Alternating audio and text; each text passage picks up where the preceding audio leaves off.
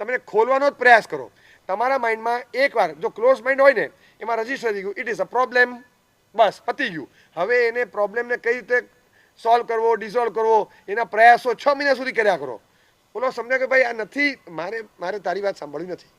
હું તમને સમજાવવા આવું છું કે આ પ્રોબ્લેમ જ નથી, પણ મારે તારી વાત સાંભળવી નથી, મારે તારી વાત સાંભળવી નથી.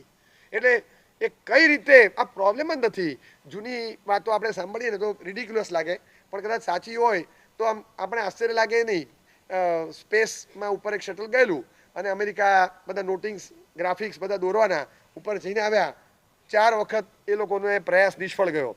કારણ કે કોઈ પણ પેનથી ગ્રાફિક્સ દોરી નથી શકતા, કોઈ પણ પેનથી નોટિંગ્સ લખી નથી શકતા.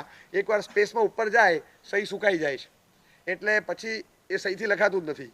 તેમણે સ્પેશિયલ કેમિકલ્સવાળી બીજી સહી બનાવી કે જ્યાં આગળ ત્યાંની ગ્રેવિટીમાં ને ત્યાંના વાતાવરણમાં ટકે તો શરૂઆતમાં ચાલ્યું, પછી સુકાઈ ગયું.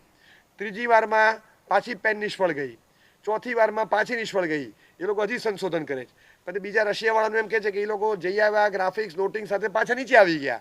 એ કે તમે કઈ સહી વાપરી? તો કે અમે તો પેન્સિલ લઈને ગયા હતા, અમે સહી વાપરી જ નહીં. સુકાય એવું હોય તો વાપરીએ ને. Actually this was not at all a problem which they were solving. 6 મહિનાથી આ લોકો સોલ્વ કરતા હતા સહીનો પ્રોબ્લેમ. આ સહીનો પ્રોબ્લેમ જ નહોતો ને. You can opt for a pencil. તમે પેન્સિલથી કરી શકતા હતા, પણ એ મગજમાં સૂઝ્યું જ નહીં. એટલે પછી શું છે કે તમારે પ્રોબ્લેમ થઈ જાય. તમને ઘણીવાર જે પ્રોબ્લેમ